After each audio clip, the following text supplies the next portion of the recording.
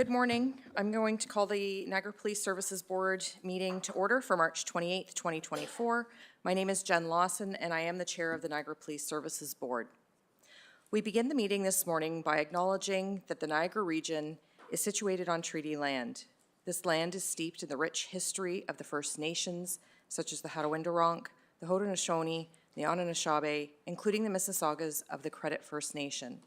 There are many First Nations, Métis, and Inuit people from across Turtle Island that live and work in Niagara today.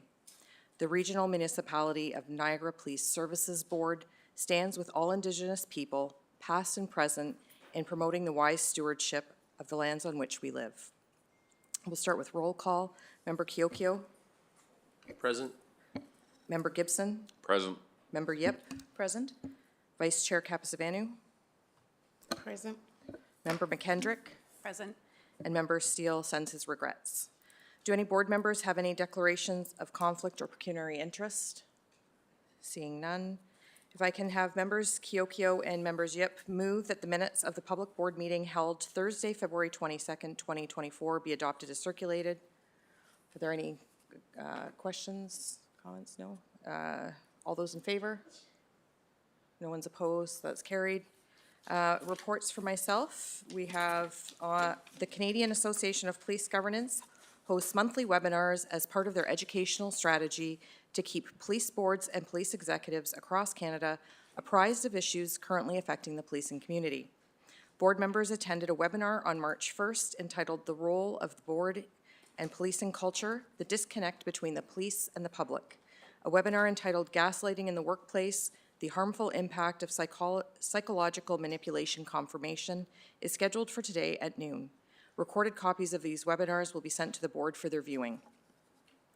On March 4th, I attended a training session along with members Gibson, McKendrick, and Executive Director Reid. The session was entitled "Transitioning to the CSPA for Municipal Police Services Boards" and was offered through the Ontario Association of the Police Services Boards as part of their ongoing learning and information sessions. Discussions focused on the new Community Safety and Policing Act, which will come into force on April 1st. And in addition to this training session, the OAPSB is hosting drop-in sessions to further assist police boards through this transition phase.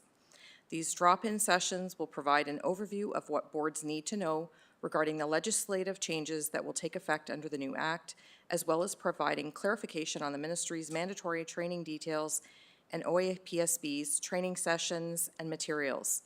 The first session was held on March 21st, and upcoming sessions are scheduled for March 28th, April 4th, 11th, 18th, and 25th.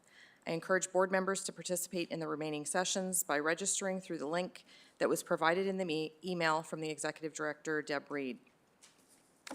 On March 6th, the Niagara Regional Police Services Women in Policing International Support Network hosted a Lunch and Learn event at police headquarters. NRPS Detective Constable Zana Rowan from the Human Trafficking Unit was the guest speaker at the luncheon, and she provided a glimpse into her journey to policing, rooted in resiliency while navigating military assignments and her family history. I attended this event along with members Gibson, McKendrick, and the board's executive assistant. On March 20th, Peel Regional Police hosted the second annual Auto Theft Summit in Mississauga. I attended the event with the board's executive director and the chief. This year's summit hosted more than 150 stakeholders and provided a platform for law enforcement agencies, government officials, auto manufacturers, insurance industry, advocates to collectively tackle the issue and address vulnerabilities that are continuing to contribute to auto crimes. The summit built on the progress made since 2023 Auto Theft Summit with the objective to explore innovative solutions and expand on the measures to tackle organized auto theft. Organized auto theft is impacting Canadians across the country and compromising the sense of safety and security in our communities. What started as a regional problem among GTA communities in 2021-2022 has escalated into an epidemic. The summit concluded with the police services calling for meaningful action from the federal government to recognize the problem of organized auto crimes as a national priority, strengthen enforcement and inspection capabilities of containers at identified ports, intermodal hubs where stolen vehicles are being shipped off, and to recognize auto theft as organized crime through federal legislation with adequate sanctions. On March 26, Jillian's Place hosted a breakfast event aimed at ending gender-based violence. This important event provided an inspiring morning filled with stories of life-changing and life-saving impact. I attended the breakfast along with members Gibson, McKendrick, Executive Assistant Chiocchio, Superintendent Saliger-Terry, Mazzotti, and Staniforth. On March 27th, Regional Chair Jim Bradley delivered his State of the Region address, where he provided Niagara's local business leaders, community members, and elected officials with a comprehensive overview of the current economic conditions, as well as key initiatives and projects that are underway to support the growth and the development of the Niagara region.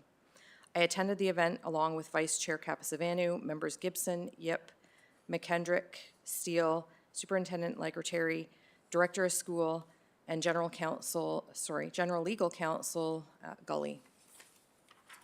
On April 10th, the board and the service will be attending the NRPS Change of Command ceremony for the official swearing-in of Bill 40 as the 10th Chief of the Police of the Niagara Regional Police Service.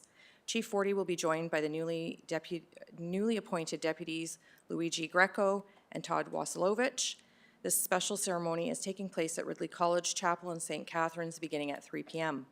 Formal invitations have been sent to all board members, and all board members are encouraged to attend as we gather in support of the Niagara Regional Police Service's new Executive Command team. On April 24th, board members will be joining Chief 40 and members of the Senior Officers Association at a swearing-in ceremony to welcome 3 currently serving police officers and 11 new recruit members at the Niagara Regional Police Service. The ceremony is being held at police headquarters in the community room from 7 p.m. to 9 p.m., and members interested in attending the ceremony are asked to confirm with the board staff no later than April 4th. The board's next regular monthly meeting is scheduled for Thursday, April 25th at 9:30 a.m. in the community room at police headquarters. And that's all for myself. Chief, do you have any reports? Good morning, Chair and Board. Thank you for your comments.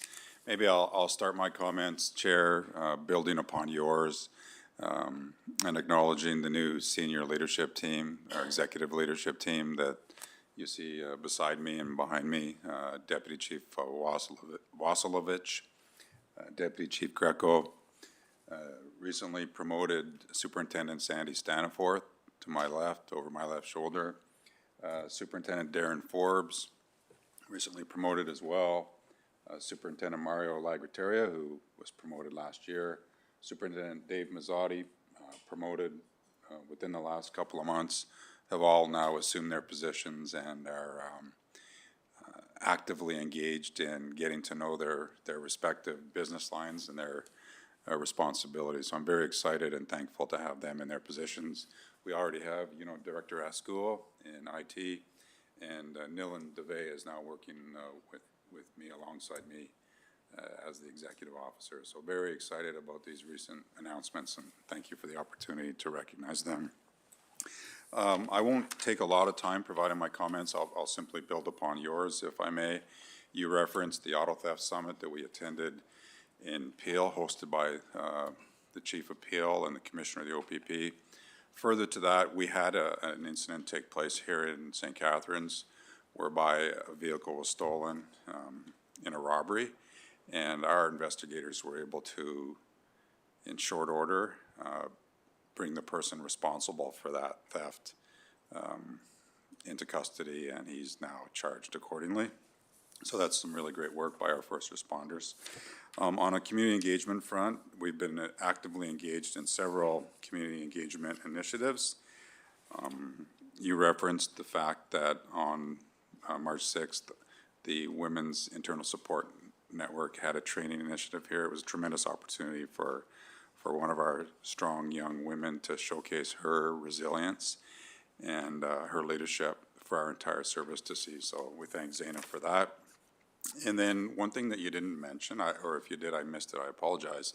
On March 8th, several of our women and men attended the Greater Niagara Chamber of Commerce Women's Day and celebrated women across all the sectors. So it was an opportunity for us to send people there. So that was really wonderful. So I think I'll stop my comments there, given the fact that we have several presentations here this morning. I want to be mindful of your time, our members' time, and the public's time. Thank you, Chief. Board members, do you have any questions? Seeing none, is Mario Vitti here from Too Critical to Fail? Seeing he's not here. So I'm going to move on to the next presentation. So if I can have Chief Forty, if you don't mind introducing your team. Thank you, Chair. It's my pleasure to introduce our Human Trafficking Unit, led by Sergeant Tara Sear. Tara and her team will provide, or part of her team, I'm sorry, will provide an overview of the good work that they do. Sorry, did I say Tara Ryan? Did I say your? I said Sear? Okay, sorry. Tara Ryan.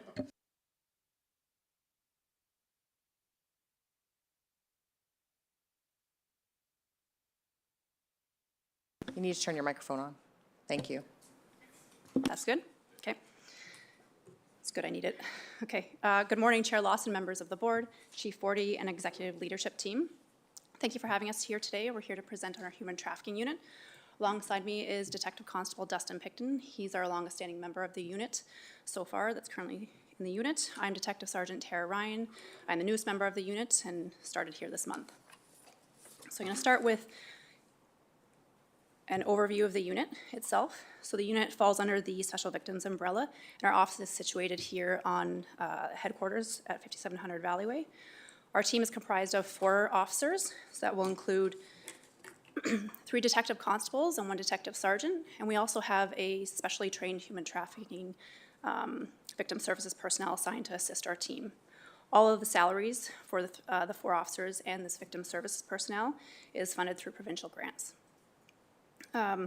So our team itself conducts proactive and reactive investigations. We also follow along with the components of the Ontario Anti-Human Trafficking Strategy, and we also are a part of the Niagara Region Anti-Human Trafficking Response Protocol, which I'll discuss further in this presentation. Okay, so what is human trafficking? Many people have an idea of what it is, but for those that aren't really up to speed on what it is, it's, in short, the act of power of control over a person or persons. So this power of control can be by many means. It can be one or all of the following. So it can be by recruiting, transporting, transferring, receiving, holding, concealing, or harboring a person, or exercising control, direction, or influence of a person, or to exploit them to assist in facilitating their exploitation. So the criminal code itself has 2 specific offenses for human trafficking, and the first one is trafficking in persons, which is section 279.01 of the criminal code, and the second is trafficking in persons under the age of 18 years, which is section 279.011. So we do regularly lay these charges, but there's many other offenses in the criminal code that also apply to our investigations that we do lay.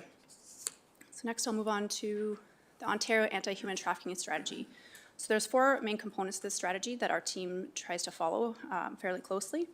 So the first one is raising awareness, and we do this through 2 different means, and it's through education and presentations. So education will be through public media campaigns to the public, but as well as education to any frontline officers. So presentations with them, just so they know what they're looking for when they're talking to any members of the public, whether it's a specific human trafficking investigation or not. We also attempt to do at least 20 presentations per year to the general public, and that'll be between the 4 of us in the unit conducting these.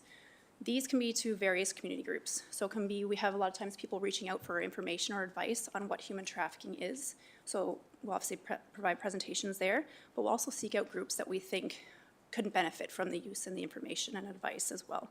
Some examples that we've done for presentations recently have been to some high schools, hotels, hotel associations, and with CBSA with some newcomers to Canada.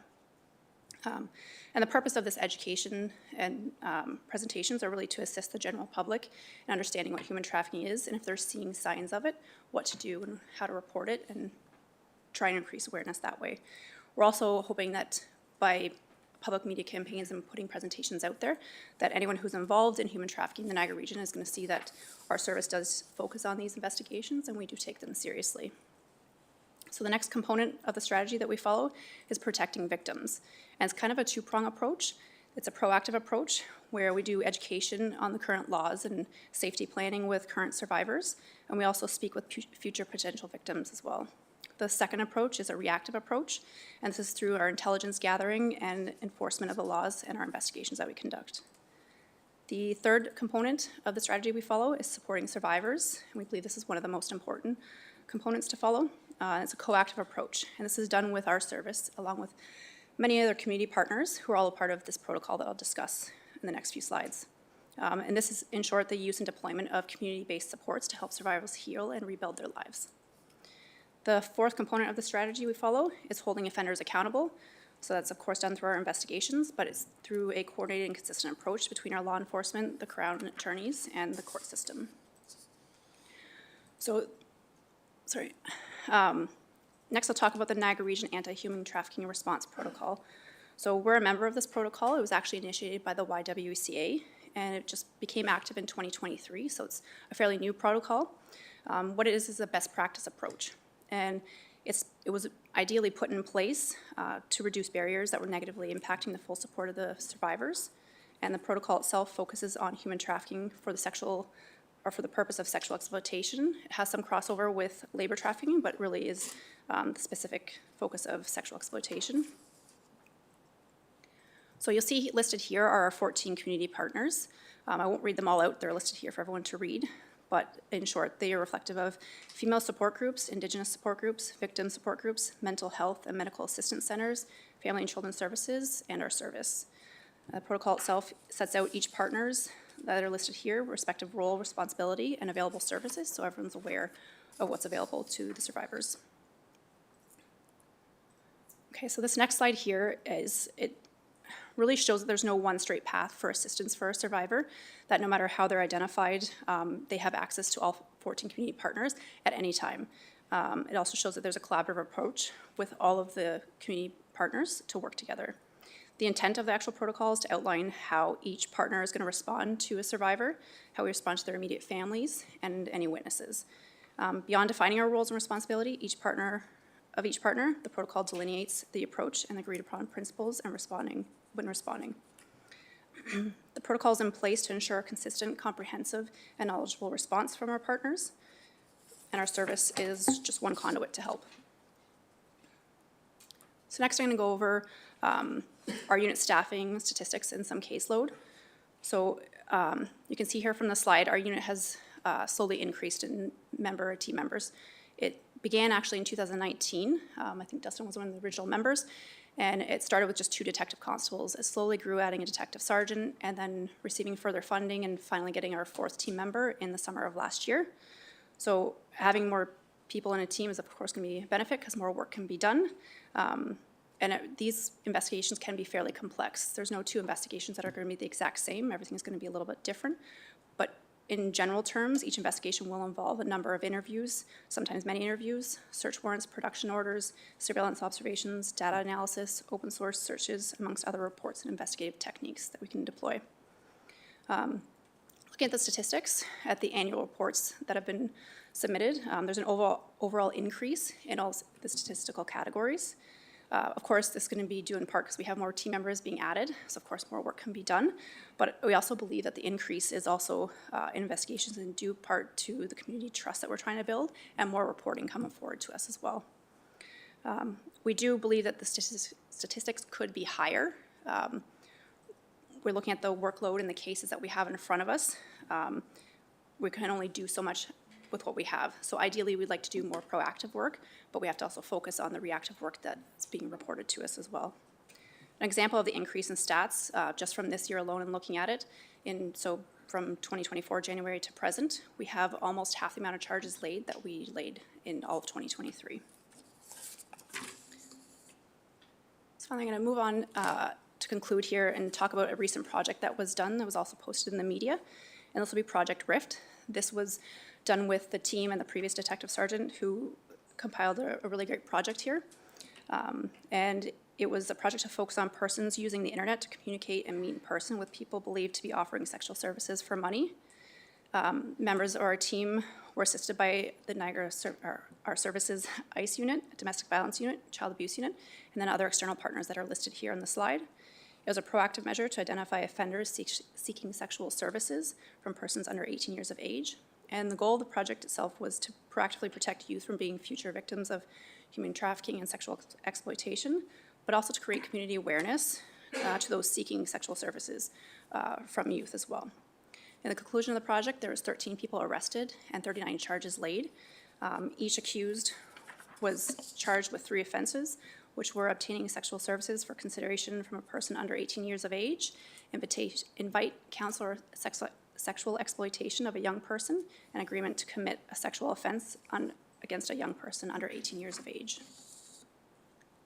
Okay, and the final slide here, at the conclusion of the project, with the assistance of the media unit, we disseminated a media release, and it provided the public with information about the project, the number of people arrested, and the charges laid, but it also had some firm messaging here from Chief Forty as well. And ultimately, this project, like I said, was a proactive measure to actively seek out offenders, but through the use of the media release and following with raising awareness from the strategy, it was also a proactive measure to show future offenders that our service does focus on these investigations. We take them seriously, and we will continue to look at them. We also do hope that the media release was help and assurance to any survivors that are out there, that when they're able and willing to come forward and provide information, that we're here and able and willing to assist at any time. I know the media release is posted here for anyone who needs a full media release. It is posted online. It also does have links on how to prevent and identify human trafficking for anyone else who needs further information. And there's options for reporting any human trafficking concerns as well. So that will conclude our presentation. We can open the floor to any questions. Thank you. Board members, do you have any questions? Member Gibson? Thank you very much for the presentation. A couple months ago, or a couple meetings ago, we heard from the Child Exploitation Unit.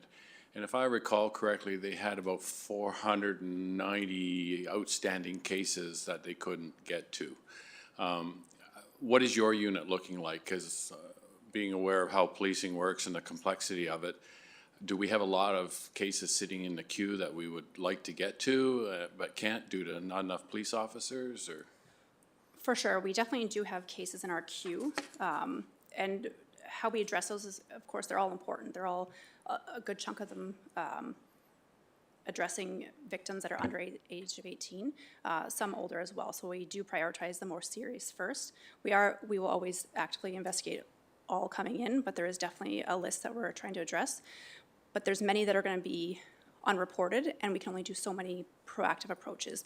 Proactive approaches are really important because you find people that may not be comfortable coming forward, but they may at some point if we proactively speak with them beforehand as well. So I don't have the exact number for you as they did, but there's definitely a queue and a list. Thank you. So my main point here being, again, to the general public that more police officers will assist us and will help us solve more crime, and less people will be victimized. So again, it's important that we continue to look at our hiring and hiring more police officers so that we can get into these units and do more work. The child exploitation number was huge, 496, I believe, that were sitting there not being investigated simply because we don't have enough police officers. So budget-minded here, I'm thinking for the future, these are things that we have to look at. So thank you very much. Thank you. Thank you. Board members, Member McKendrick? Yeah, thank you. And through you, Chair, thank you for the presentation and also your work in this area. Very important and impactful. So thank you for that. I have 3 questions, actually. I'm wondering about the provincial grants, and maybe it's not a question for you, so to whoever can answer, and the sustainability of the provincial grants, because just looking at the staffing that is associated and wait lists and not being able to get to everything, I'm always concerned about provincial grants and sustainability and how long do we have those for. So just wondering about that. I can speak to how long we have them for. The Victim Services Grant, providing that personnel for us, was just renewed this year and it's renewed annually.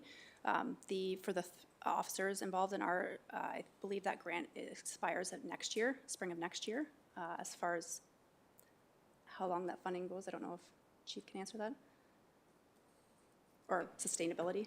Yeah, and it's okay, I don't need the specifics, just, again, community awareness and board awareness when we're looking at budgets, that this is very important work that's dependent on annual renewal of provincial grants. So we need to keep our eyes on that from budgeting and the potential impact on the work. So, yeah, I don't need the details, but thank you for trying. My second question is around wellness initiatives for the team, because also referring to the child exploitation presentation and the pieces that have been built in to the service to support the team who are doing the work. I just wonder if you can give us some insight into what's done with your team around a psychological health and safety and wellness for our members. So we can, of course, we're always going to check in with each other, but we have a lot of support from our service with the member support unit. Yeah, we feel fully supported in that sense. But member support unit regularly comes by and talks with us. I think they do with most units now. We're involved in the same program as the unit you speak of, the ICE unit. We do safeguarding, and we do that on a regular basis as a unit.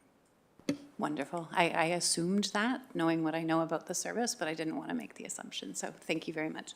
And my last question, because I do come from social services and health service providers, CMHA is part of the protocol, and you may not be able to answer this, but just a general experience, have there been gaps in social services or community services being able to provide that support for survivors that other sectors in the community could be looking at and considering to beef up to be able to respond in an impactful way? I can answer part of that. Detective Picton has been in the unit much longer.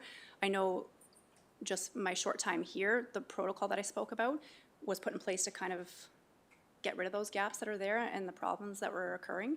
So it's newer in its existence. So I think over time, those gaps will slowly get smaller. I don't know if you can speak to any gaps. Just to piggyback on that, since 2019, since our unit was created, the gaps have closed. I mean, there's still room for assistance, but from 2019 to now, it's been hugely helpful to have these partners on board and reaching out to them when an incident comes in and just having that resource there for the survivors.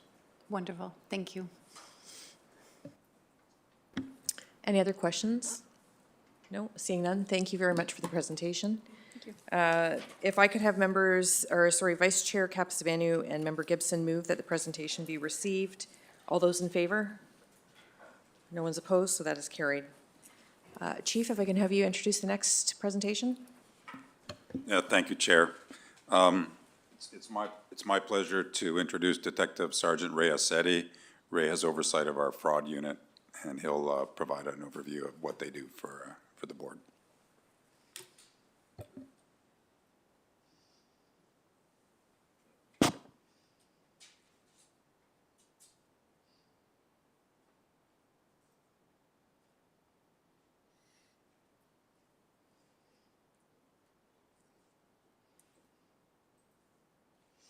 Good morning, Madam Chair, members of the Police Services Board, Chief Forty, deputies, members of senior staff, and members of the public. Thank you for the opportunity today to be here to present on the Central Fraud Unit. My name is Detective Sergeant Ray Assetti, and I've had the pleasure of leading this unit over the last 4 years. The Central Fraud Unit is currently comprised of 1 detective sergeant and 7 detective constables.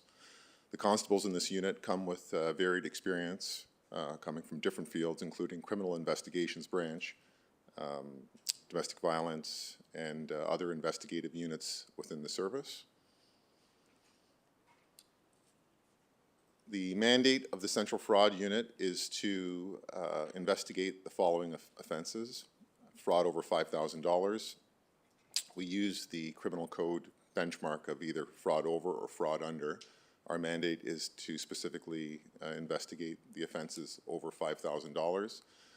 Fraud typically can be described as financial deprivation or risk of deprivation with a dishonest act. So it's quite a general term and as a catch-all for various types of offenses. We also investigate quantity of employee theft and fraud-related incidents. Over the course of 2023, you may be familiar with a large investigation that we were involved in involving the DSBN. The results of our investigation resulted in the conviction of Chief Information Officer of the formerly of DSBN. Identity theft and identity fraud is another large component of our investigations.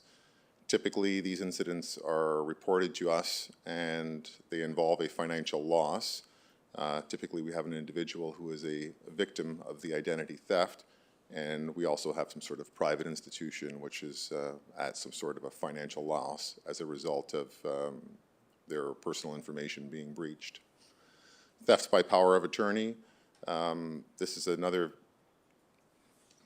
seems to be growing type of crime which involves a vulnerable part of our community where an individual who's entrusted to make decisions that are in the best interest of the person are oftentimes helping themselves to funds that they're not entitled to.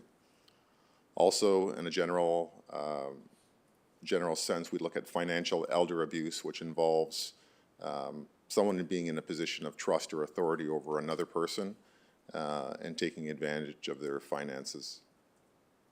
And lastly, counterfeit currency remains part of our responsibility.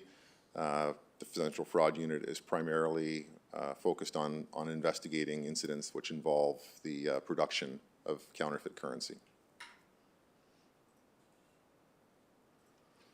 So in 2023, there were over 3,000 reported incidents of fraud in the Niagara region, resulting in losses of $25.5 million. Again, we use the two main categories being either fraud under or fraud over. A large number of incidents that are reported are under the $5,000 threshold. You can see the low dollar value there of $5.5 million. And on the other side, we see the fraud over $5,000, which involves far less incidents, but far more significant losses. Again, this chart just further shows that the number of incidents versus the total number of losses, under 5,000, over 5,000, between 5,000 and 50,000, and then over the $500,000 mark. So this chart here shows you our three or four of our major areas of fraud with associated losses. Again, identity theft and identity fraud being one of the largest areas with the highest amount of losses. This is not, these losses would not solely be limited to the individual, but would also include the corporation. So if your information has ever been obtained and used to purchase things fraudulently, typically you become the victim of the identity theft, and the financial loss becomes the responsibility of the respective organization, whether that be a financial institution or some sort of credit group. We saw a significant increase in, and I'll talk about it a little bit later, in investment-type frauds in the cryptocurrency world. These statistics are representative and in line with what we're seeing on a national level as well. Our numbers are representative of what's happening at a national level with statistics that are captured by the Canadian Anti-Fraud Centre. So you see your top 3 or 4 there. Spear phishing, which is basically a directed attack. You know, the text messages, the business email compromise, they all fall within that category where you have a directed attack on an individual and a subsequent financial loss. And employee fraud, again, is one of the larger areas of reported losses in in these types of investigations. Method of transfer, again, here we see, again, in 2023 and moving into 2024, if you conduct a query of our incidents and reported losses, we're seeing significant losses in the cryptocurrency area. This is an area which is really growing. The public is learning more about it. The courts and law enforcement are developing new technologies in order to track these funds, which are largely unregulated. And that presents a lot of challenges for investigators. Wire transfer being the second most significant, and e-transfers, which have become quite popular, have also created an opportunity for the criminal element to sort of capitalize and benefit financially. This chart here, again, conducting a sort of query of all of our reported incidents. This is not to suggest that Facebook is fraud. However, the numbers show that the term Facebook was largely present in a lot of our complaints. So individuals who are involved with,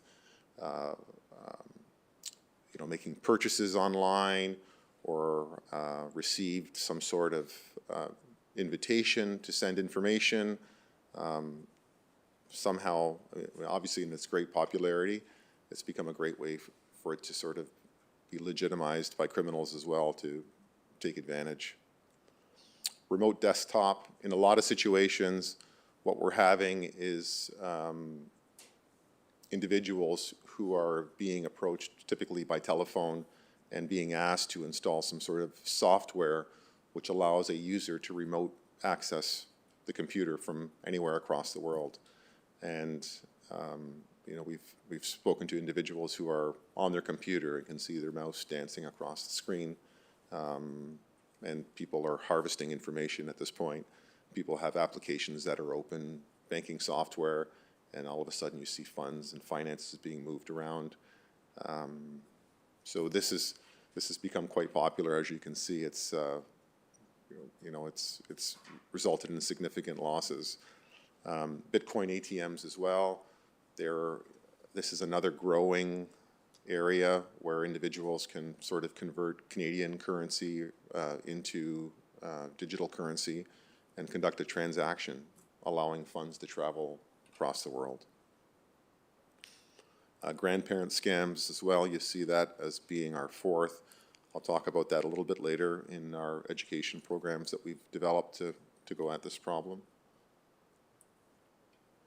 Partners, I won't touch on every one of these partners here, but we work very closely with a lot of public and private groups in order to combat a lot of this financial crime that's happening in so many different areas.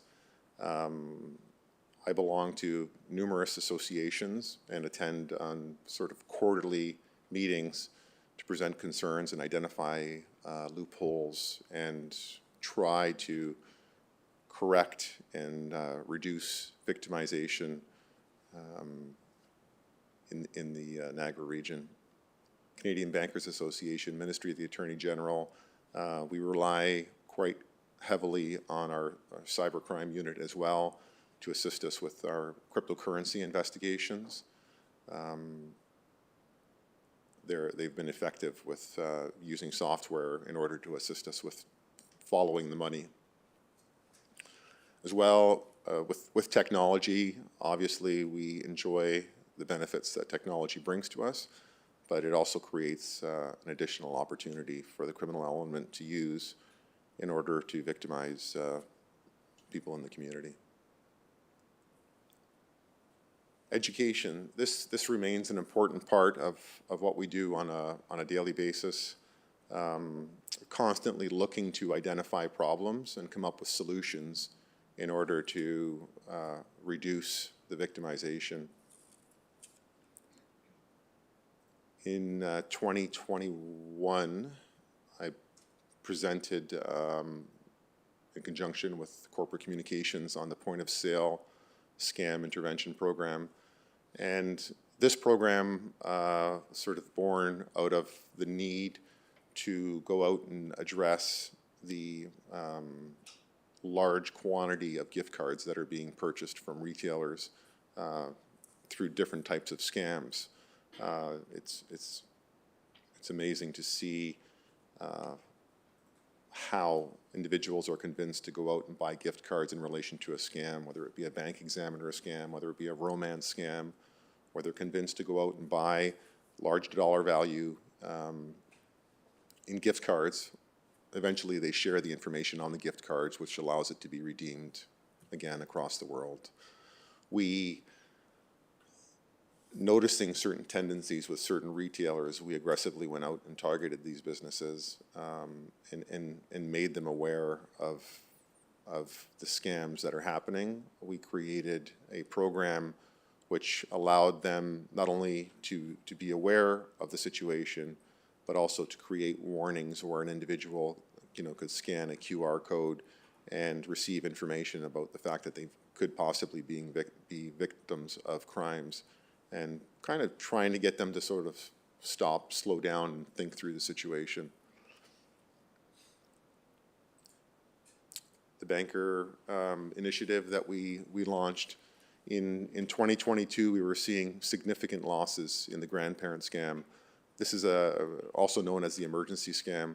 This problem in 2022 resulted in significant losses in the Niagara area. As you can see, we had 125 reported incidents with losses of $840,000. Again, these scams are aimed at attacking the sort of vulnerable community and going at emotion and getting them to think. They create this very legitimate storyline, which is presented by telephone. And we found at the end of December 2022, we were having a significant increase in these reported crimes out in the 8th District Grimsby area. And a common element with a lot of these scams is that the victims are attending their local branches to withdraw these large sums of cash, typically in the $5,000 to $10,000 range.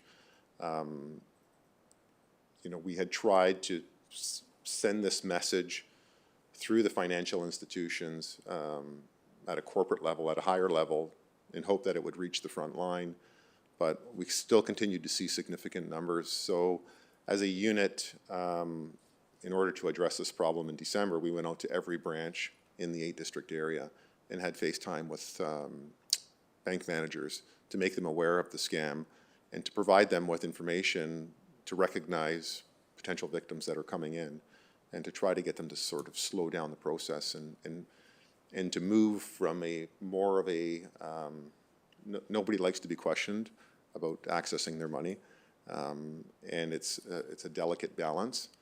But we had this FaceTime with branch managers, and we really pushed the issue that they need to sort of drill down a little bit deeper into the problem. Through this program, this program was eventually extended to all of the Niagara region, where we actually went out to every branch in the Niagara area and had FaceTime, collected email addresses for all the branch managers, which I continue to maintain to date, and it sort of provides an information flow from the police to the branch level. And I've received several calls myself with individuals who are in a branch and a bank manager is struggling to try to explain to them what's happening. Through our intervention and through a greater awareness with the branch managers, we were able to see a significant decrease in these crimes in 2023, where the losses were less than half that amount. Now, this is a program which continues to date. We have maintained regular communication with branches in order to continue to reinforce the message and try to reduce these types of crimes. A large part of what we do as well is going out into the community and meeting with various community groups to provide information on fraud trends. We attend with information brochures and pamphlets. We seek to reach out to larger groups because the requests can be, there are numerous requests that come in to attend all kinds of small venues, church groups, and so on. So we try to, we always provide information to assist, but we also try to get out to the larger sessions where we'll have the most amount of impact. And most recently, we conducted an information session out in Pelham at the community center out there. It was very largely attended with, I think, over 100 participants. As well, we, through the fraud unit, we created an education program where we try to reach out to every victim of crime to safeguard and prevent further victimization.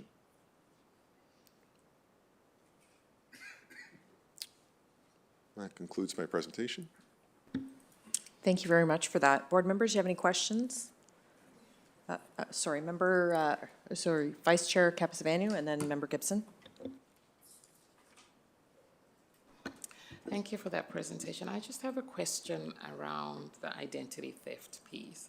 Does the police service do anything? I mean, identity theft obviously sometimes leads to death, right? Great death and things just like the victims of human trafficking and coerced death. So does the police service do anything towards rebuilding these victims' debt credit along with your partners that are in the banking sector? So through our outreach with these victims who have fallen, you know, our information exists in so many different areas. And, you know, every time you hand over your driver's license for whatever reason, you kind of wonder what the footprint is that's going to be left. And is that information going to be accessible to people after the fact? Obviously, information breaches are quite common. We hear about them all the time. So we,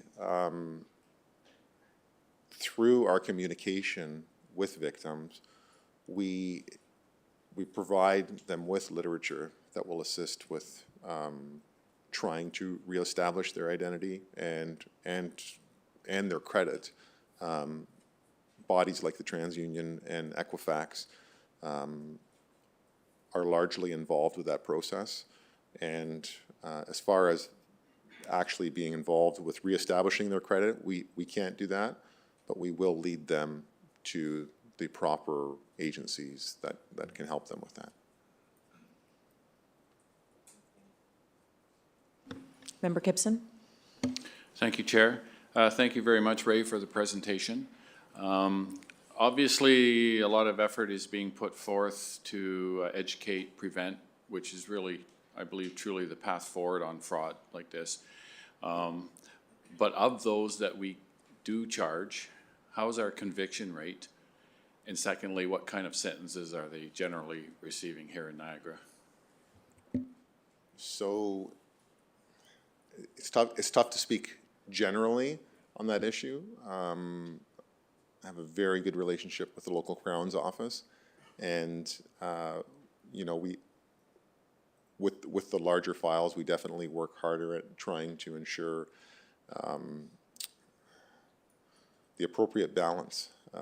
Most recently, you may have seen a release on a scam that impacted numerous residents in Fort Erie involving a travel scam. This was a very lengthy court trial issue where we're trying to get restitution and repayment to the victims, and also you know, the appropriate sentence and supervision of the offender. So I would say that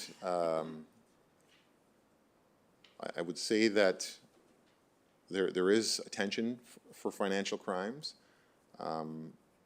but traditionally there seems to be more of a focus on different types of offenses as well.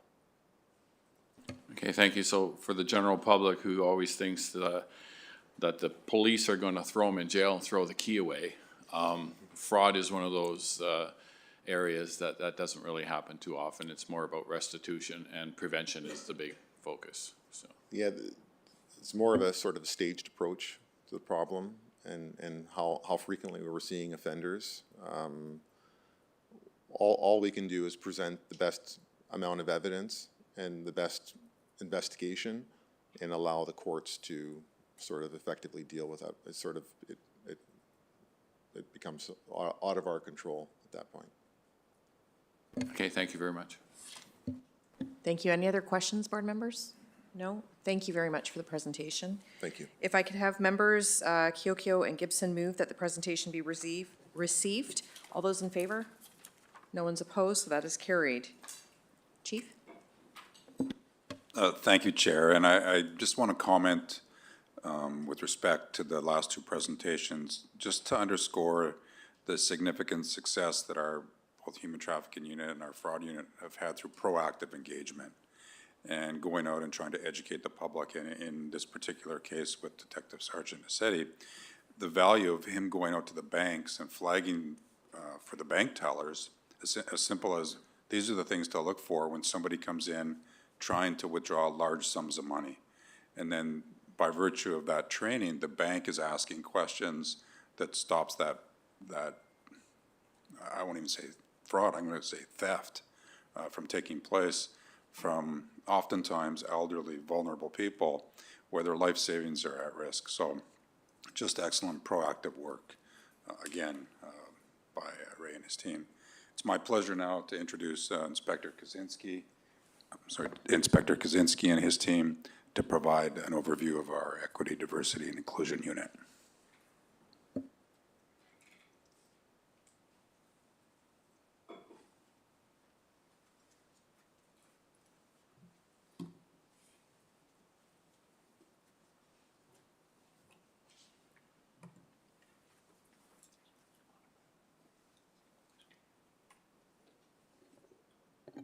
Good morning, Chair, members of the board, Chief, Deputy Chief, senior staff.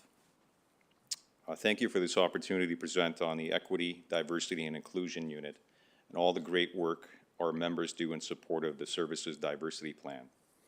While it's the responsibility of every member of the service to uphold the values of diversity, equity, and inclusion, and to work in partnership with their communities, it is the mandate of the EDI unit to promote a culture of respect and inclusion and to foster new relationships and strengthen partnerships with our Indigenous and diverse communities here in Niagara. Based out of headquarters, the unit has 2 dedicated full-time members. Present here with me are EDI Specialist Christy Paniagua and Sergeant Habib Rangi. Also here is Constable Gol Mohammed, who was part of the EDI unit for the past couple of years and has maintained his commitment to support the unit as the role transitioned to Sergeant Rangi at the beginning of this year. The unit is supported through the Executive Service Command by Staff Sergeant Ken McGregor, myself, and Superintendent Sandy Staniforth.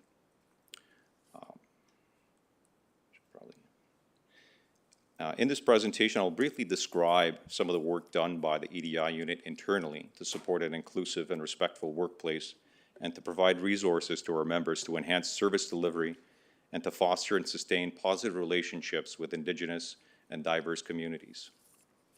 The EDI unit has responsibility to support an organizational framework based on the principles of diversity, equity, and inclusion. As part of its role in promoting DEI principles, the EDI unit maintains an internal webpage available to all members of the service. This resource is accessible for reference by frontline officers in each police vehicle. Some of the available online content that you'll see on the slide are significant dates calendar, language services, including American Sign Language, religious and cultural guidebook, as well as recordings of past learning events and other resources. The EDI unit works with our internal support networks and facilitates the Internal Inclusion Committee. The ISNs are active within the service and promote DEI learning events for members on their own as well. As referenced by the Chair and Chief earlier, recently the Women in Policing ISN hosted a lunch and learn event in celebration of International Women's Day. And one of our members, Detective Constable Zaina Rawan, spoke about her journey to policing through cultural barriers, trauma, and resiliency. The EDI unit also organizes learning events for members, which are attended locally and streamed online, and the recordings are provided on the EDI internal webpage. For example, last month we celebrated Black History in Niagara with a presentation at the Chiefs Inclusion Council by local historian Rochelle Bush, who spoke about the historical significance of Niagara and the activities of the Underground Railroad, as well as some of the notable figures in the Black community who made a positive impact in the Niagara region. We also hosted a lunch and learn with retired Sergeant Keith Richards from Durham Regional Police, who spoke about the importance of allyship and his experiences as a Black youth who became a police officer. In addition to working with diverse communities and supporting service initiatives, the EDI unit also participates in communities of practice, including the OACP EDI Working Group and the Niagara Region DEI Community of Practice. Perhaps one of the most popular learning events facilitated by the EDI unit are diversity tours, organized for new police recruits. This past January, the unit facilitated a tour attended by Chief Forty, Deputy Chief Greco, and Superintendents Lagrateria, Massotti, and Forbes, as well as other members of senior staff. There are additional plans for more senior leaders to attend a tour scheduled in April. It's through the ongoing efforts of the EDI unit to maintain strong partnerships with Indigenous and diverse communities that allows us to participate in these learning events.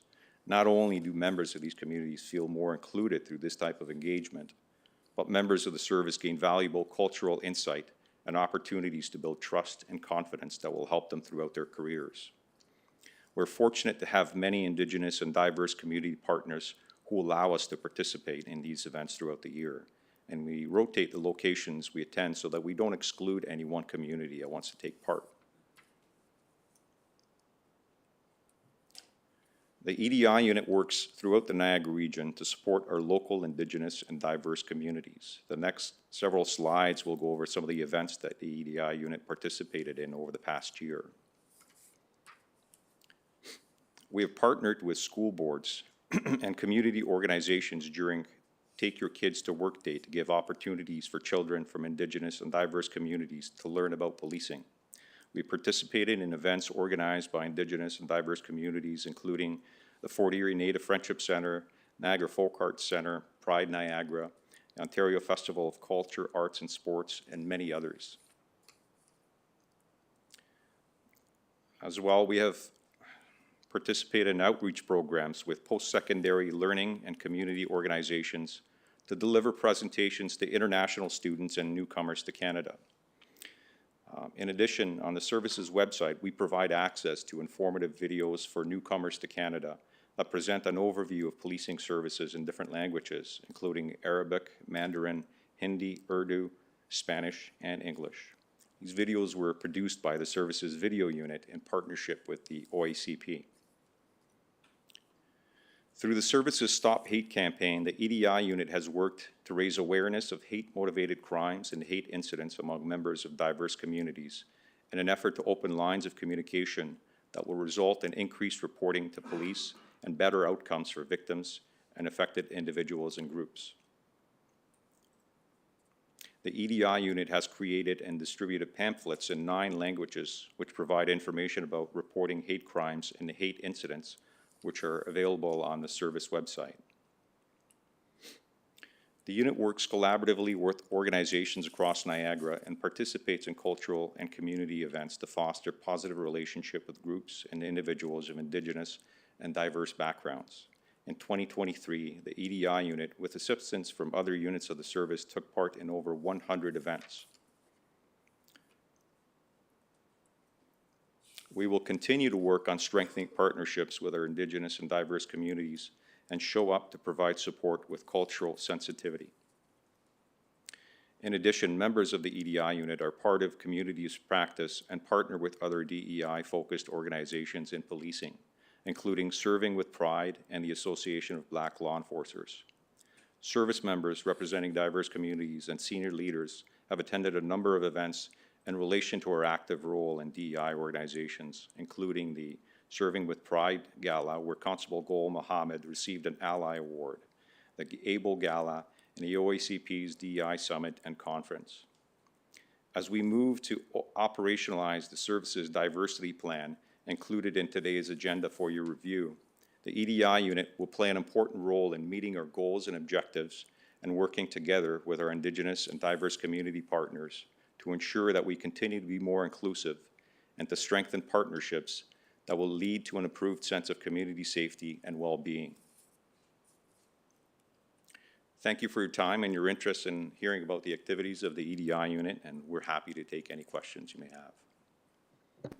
Thank you for the presentation. Member Yip? Thank you, through you, Chair. Thank you for the presentation. I have a few questions. You mentioned in your opening that it is up to every officer to uphold principles of diversity, equity, and inclusion. And I'm curious what the service is doing to ensure that this is always the case and what happens when it isn't. We're doing a number of things, including the putting out the diversity strategic plan. There are DEI principles laid out in our strategic plan for the service as well. We are active in providing learning events to police officers, as I referenced. We also include a lot of information on our internal webpage for the EDI unit. We conduct presentations with recruit officers during the diversity tour. We do a presentation to post-OPC recruit classes. And our EDI unit is active in promoting the various different cultural and religious events that happen in our community that we are invited to. We promote our internal inclusion council, and we invite members to be a part of that council. In terms of responding to what we do when that doesn't happen, I mean, it would depend on the degree of how it doesn't happen and why it doesn't happen, and if there are any overtones of something that should have been done when it wasn't done, and that is appropriately addressed through our internal mechanisms. If it rises to the level that is just that is more than just mere inattention to what we're supposed to be doing. Thank you, through you, Chair. So with all of the things that you're doing, what's the uptake look like amongst your officers, and how's it translating to work on the ground? We're finding that especially the diversity tours are very well received by our recruits. They're very well engaged with our communities, which leads to follow-up. Depending on where they're posted and whether or not that place was on a part of diversity tour, they tend to want to reach out to other diverse communities to start building those relationships, or at least building having an awareness of where they are and what they do and how they can support them, but also working on how those community organizations can support policing, because inevitably there are many times where we come across diverse individuals in the community that may be newcomers to Canada, or that may not have had contact with the police in the past, who will need that extra support. And by having those relationships, those officers realize how much of a help it is in their work and generally in our work in the community to to assist them in having positive outcomes for those individuals and overall for the community. Thank you. Through you, Chair, can you talk to us more about the EDI unit's role in addressing hate crimes, and are there any limitations? So hate crimes are reported to us in a variety of ways, usually So I'll just provide a bit of a background on how the process of receiving incidents goes. They're reported through the front line, through a call for service, whether it's generated from a member of the public or someone received a phone call that it's then translated into a call for service. A police officer shows up. Report is taken depending on the severity of the incident and the crime. That report is then escalated, whether it's escalated right away because there is a threat to someone's safety, or if it's escalated through our investigative services and assigned to a detective in one of our district detective offices for follow-up investigation. That report there's a certain flow to where those reports go. There are copies that go to our hate crimes coordinator who works out of our special investigative services, and that person will review all hate crime incidents and crimes. Our EDI unit is involved in reviewing all of our hate incidents, and they are responsible for any follow-up with victims or complainants or subjects of the hate incident. There are certain sensitivities for if it is a crime that we have to follow, that we contact the officer in charge of the investigation, and we coordinate a joint response with them. But when it is a hate incident that may not rise to the level of a criminal offense, our EDI unit will reach out to the affected individuals to provide follow-up, whether it's offering any kind of victim support or whether it's offering any kind of way to deal with, if there are preventative measures that the person can take, or to just have a conversation with them as a human being, to acknowledge that what happened to them was difficult, and it was certainly unwanted and an awful thing to happen to them. And we're open to any kind of follow-up from that person as well. And are there any limitations? Well, I mean, the limitations are many on the EDI unit. There's only so many places that we can be at once. There are only so many things that we can do at one time. It is 2 members of the EDI unit who are fully dedicated.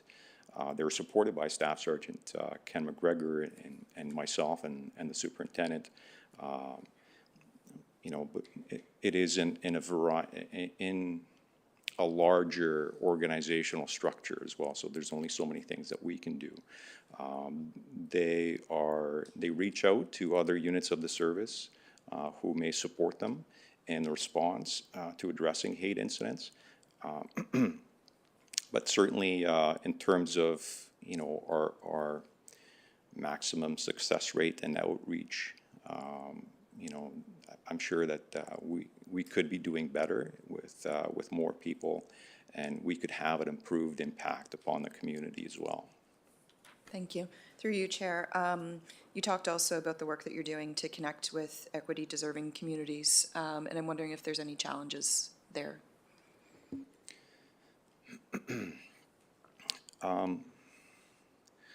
The challenges in working with equity-deserving communities are again, we try to do as much as we can. There are some events that we get invited to that we share with our various districts throughout the Niagara region, and we're constrained in terms of how many of those we can attend. It's not always going to be the same person showing up at those events, and it's been our experience, and especially working with Indigenous and diverse communities, it's important for those members of the communities to see a familiar face. And that's not always possible because, there's only so many familiar faces that we can spare to attend these events. Hopefully, we strive to work to get to a place where any police officer they see is a familiar face. There are certain sensitivities working with different diverse groups where it's difficult for those groups to see a police uniform. And we realize that, and when we do show up, we take that into consideration, and, you know, we respect their wishes. And unfortunately, in those instances, it's the familiar face that they want to see, not just the uniform, so, yeah. Thank you. And just one more question through you, Chair. And you just sort of alluded to this, actually, but are there any equity-deserving communities with whom you feel that you have difficulty connecting, and what steps are you taking to improve that? You know, I think that in any relationship, there is going to be issues. I can't think of any that are more difficult than others. There are going to be times, and there have been times where, you know, we've been challenged by those communities who brought issues to our attention. We try to address those issues as soon as we become aware of them. You know, I've sat in meetings with different diverse groups, with myself as being the inspector who oversees the EDI unit, as well as Deputy Chief Greco in his past role, to listen to those groups, to show them that the leadership of the service is supportive of their diverse communities, and to show that we care and that we want to work with them to overcome any challenges that we might come across. Thank you. Thank you, Chair. Vice Chair Kapasvanu? Thank you, through you, Chair. My question is around EDI being a culture to the service as opposed to being a unit. Can you give, I know you, Member Laura spoke about the uptake of the service, but could you speak to how EDI principles have been applied right across the service, and some examples of how it is actually being done? Sure. So it is, I mean, our EDI unit works to support different areas of the service internally, and it has obviously an out-facing component where we engage with the public. We work with our core units, our community-oriented response and engagement units in the different districts to address community concerns on the you know, at the neighborhood level with those communities who are present in those different districts, as well as we work with other units of the service internally to promote DEI principles in terms of, you know, representing our community. So with our recruiting units to attend various recruiting events, we put on information sessions through our recruiting unit, for example, that are focused to Black and South Asian communities and to women in the Niagara region who are looking for careers in policing. We engage with the diverse members of our police service to help us in achieving that. So we'll, when we hold an information session through recruiting, we ask those members to be present at those sessions so that members of the community can see themselves in you know, potentially being a part of the service. There are many internal support networks that we support through the EDI.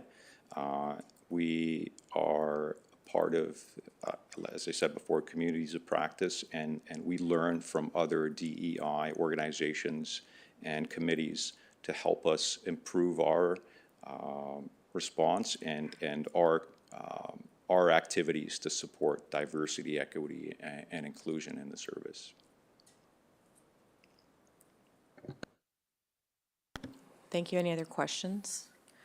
I'd like to say that I had an opportunity to visit the EDI unit a number of weeks ago, and it was fascinating to listen to how much work they were able to complete with such a small unit, and that their vision for the future of how it was basically, as Vice Chair Kapasvanu had spoken about being the culture of policing rather than just as a unit. So I was really encouraged to hear that.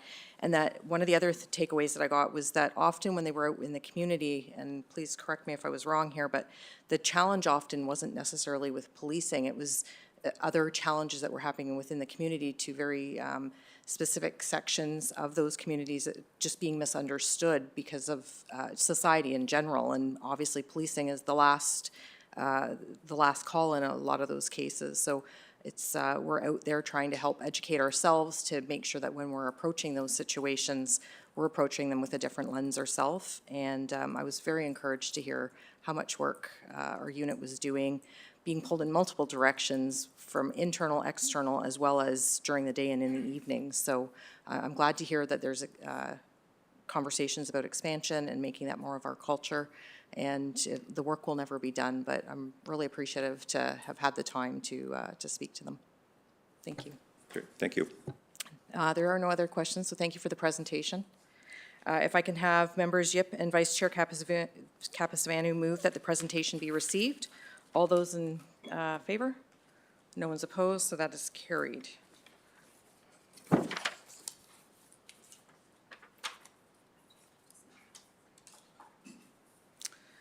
If we can move, we're going to move items 8.1 to 8.19 in block. If I can have members Gibson and member Kiokio move that the information be received. Anybody want to bring anything forward? Any questions? Member Capasvanu. I have a question pertaining to 8.4, the strategic plan, and I think this is to the chief or whoever is responsible for it. I just wanted to find out in terms of the community engagement and transparency piece.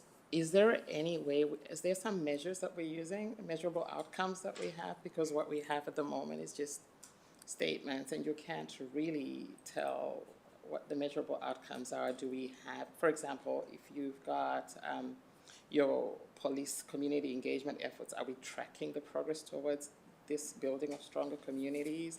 Do we have surveys that we do? Are we keeping tabs on the number of visits and what the actual outcomes of those visits are and things like that?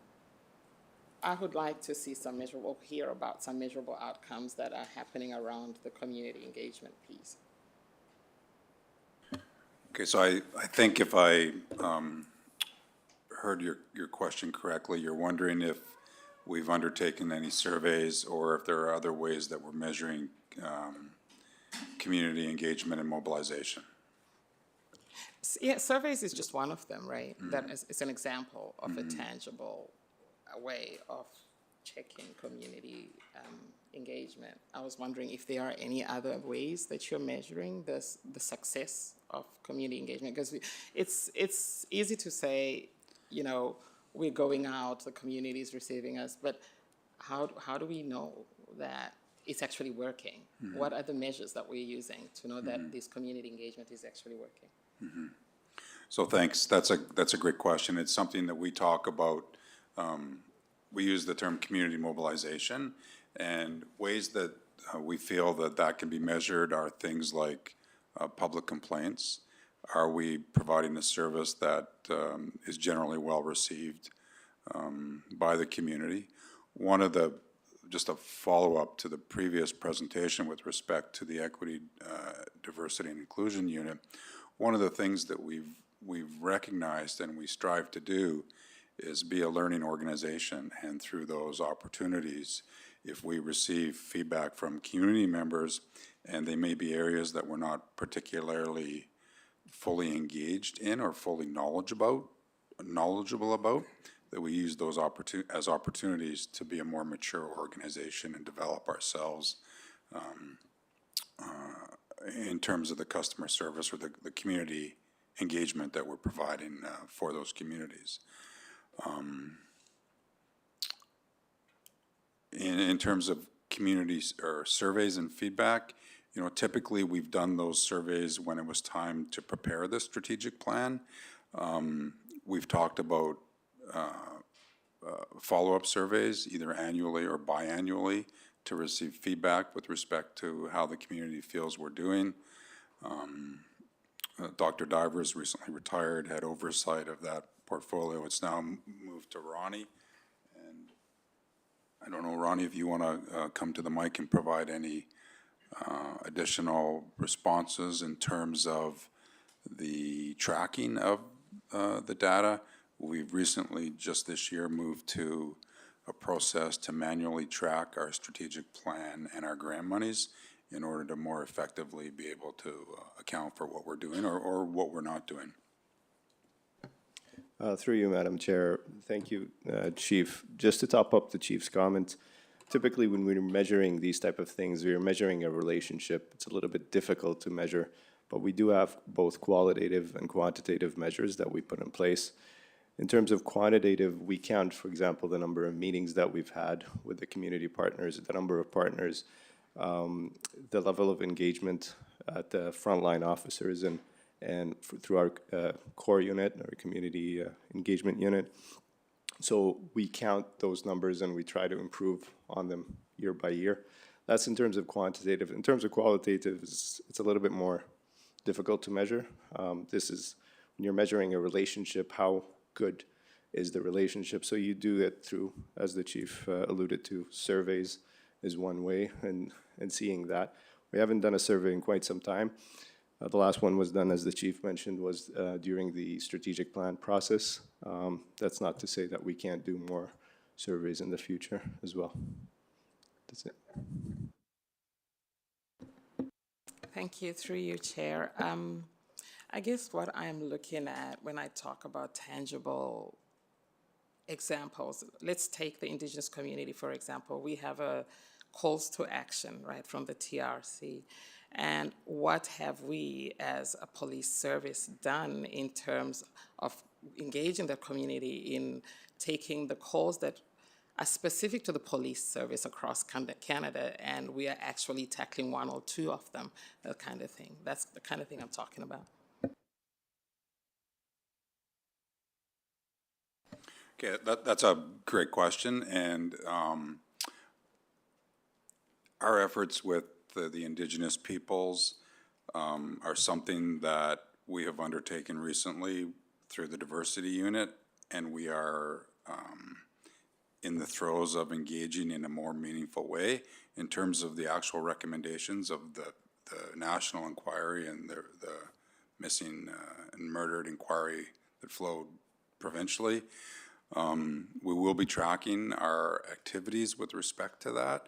We've had discussions with other police agencies to see if our efforts would be in alignment with theirs at a national or federal scale to ensure that, we're not doing things that might be a setback rather than a step forward. Again, we're, in terms of maturity, we're fairly, I don't want to say immature, we're just engaging in these processes or trying to engage in a meaningful way. Thank you. Are there any other questions, members? Any other items to be brought forward? No, seeing none. All those in favor? There's no one opposed, so that is carried.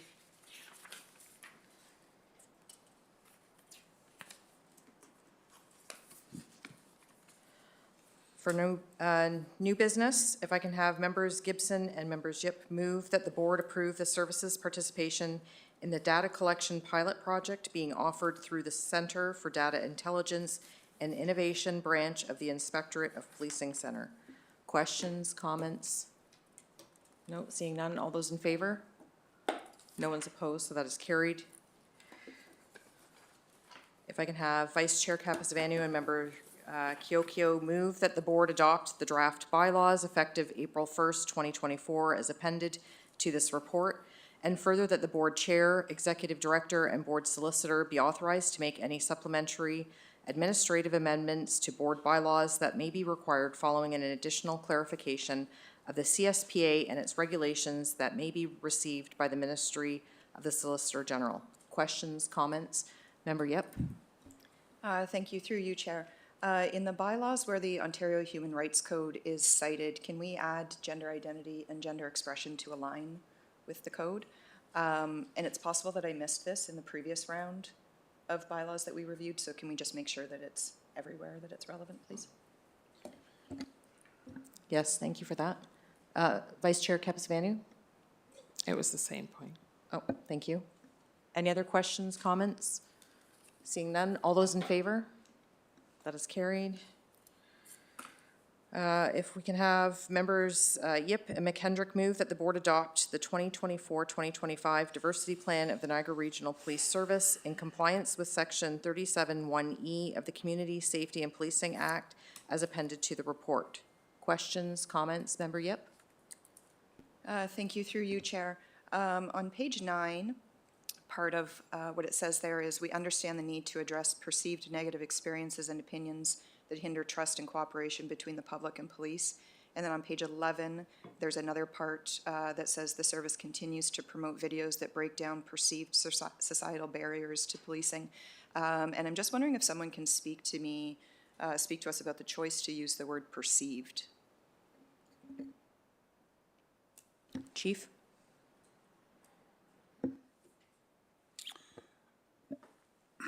Thank you for your question, and through you, Chair.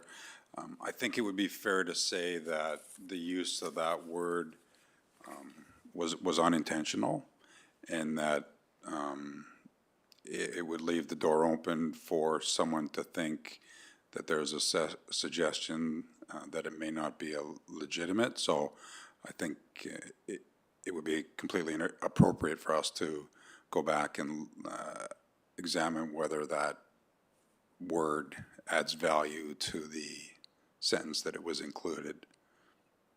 Okay, thank you. Yeah, I think the use of the word perceived ends up being intentional or not. It ends up being dismissive of people's experiences. So I would like to see it removed, please. Yeah, thank you. Any other comments or questions? Seeing none, all those in favor? No one's opposed, so that's carried. 9.4, if I can have members Gibson and Vice Chair Capizvanu move that the board approve the 2024 Ontario Police Video Training Alliance business plan as outlined in the report. Questions? Comments? Seeing none, all those in favor? No one's opposed, so that's carried. 9.5, if I can have members Kiokio and Yip move that the board approve payment of budgetary support quote 3865 in the amount of $663,824.34, including HST, for the services first term public safety annual maintenance support. Any questions or comments? Seeing none, all those in favor? No one's opposed, so that's carried. 9.6 and 9.7 are special fund requests, and before we consider special fund request items 6.6 and 6.7, I would like to remind members of the public that the special fund does not form part of the police operating budget, and it is separate from the regional tax base. The special fund is a discretionary pool of funds which is used for grants and donations, and disbursements from the fund are made in accordance with guidelines provided in the Police Services Act and with Board Bylaw 376-2018, Special Fund Administration Limitations and Guidelines. If I can have members Yip and Gibson move that the board approve a donation in the amount of $2,280 from the Special Fund in support of the Ontario Women in Law Enforcement Awards Gala. Questions or comments? Seeing none, all those in favor? There's no one opposed, so that's carried. 9.7, if I can have members McKendrick and Kiokio move that the board approve a donation in the amount of $1,400 from the special fund in support of the Niagara Regional Police Service members participating in the annual cross-border tug-of-war event. Questions or comments? Seeing none, all those in favor? No one's opposed, so that's carried. Do any board members have any other new business? No, seeing none. Chief? No, thank you. There are no in-camera reports, and with that, the Police Services Board will adjourn the public portion of the meeting and reconvene in camera for consideration of confidential matters pursuant to Section 35(4) of the Police Services Act. Thank you, everyone.